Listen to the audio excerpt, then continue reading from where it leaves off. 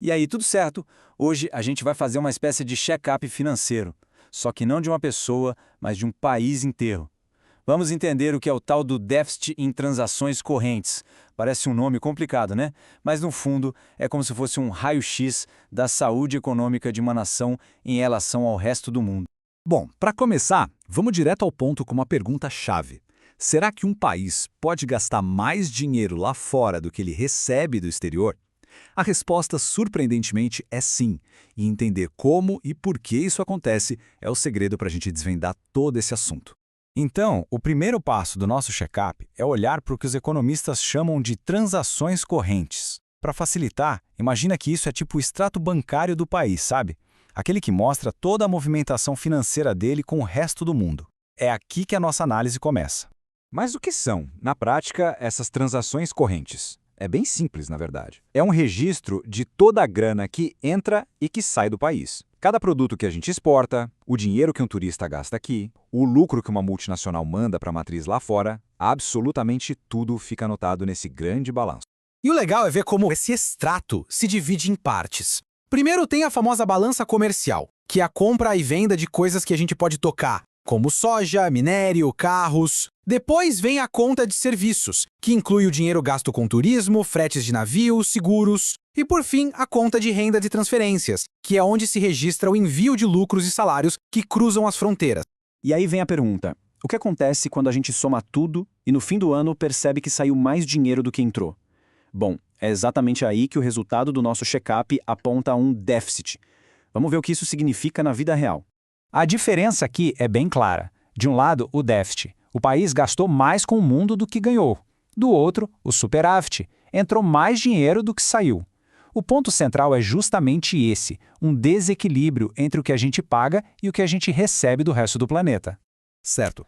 Mas por que um país acaba nessa situação de déficit? Quais são os sintomas, as causas que levam a esse desequilíbrio nas contas? Vamos investigar os principais motivos por trás disso.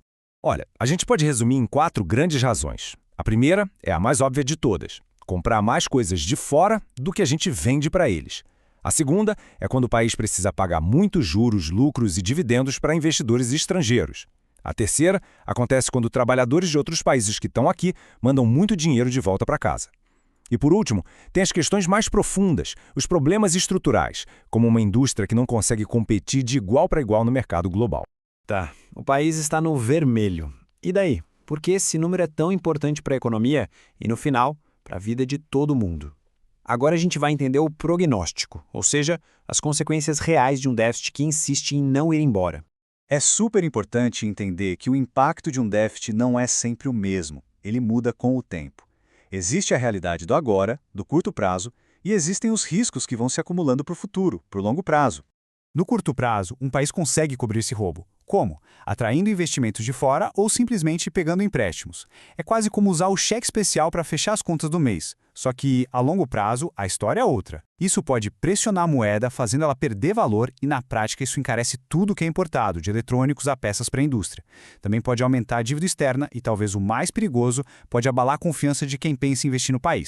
Se um déficit que não acaba é um problema, então qual seria o plano de tratamento? Felizmente, existem políticas econômicas e medidas que um país pode tomar para tentar corrigir esse desequilíbrio e colocar a saúde financeira em dia.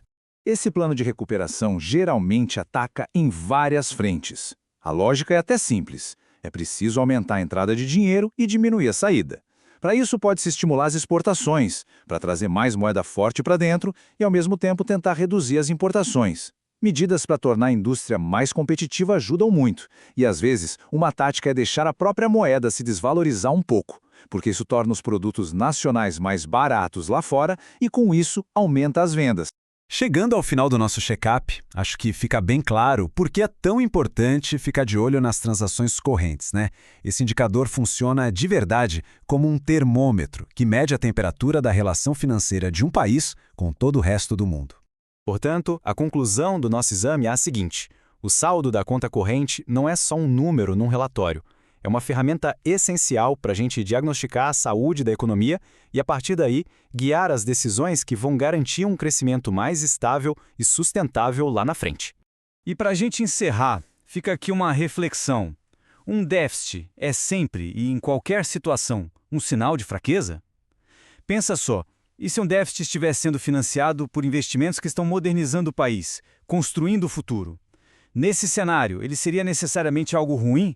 Ou seria apenas um sinal de que o país está investindo pesado para poder crescer mais forte depois? Fica aí a pergunta para a gente pensar.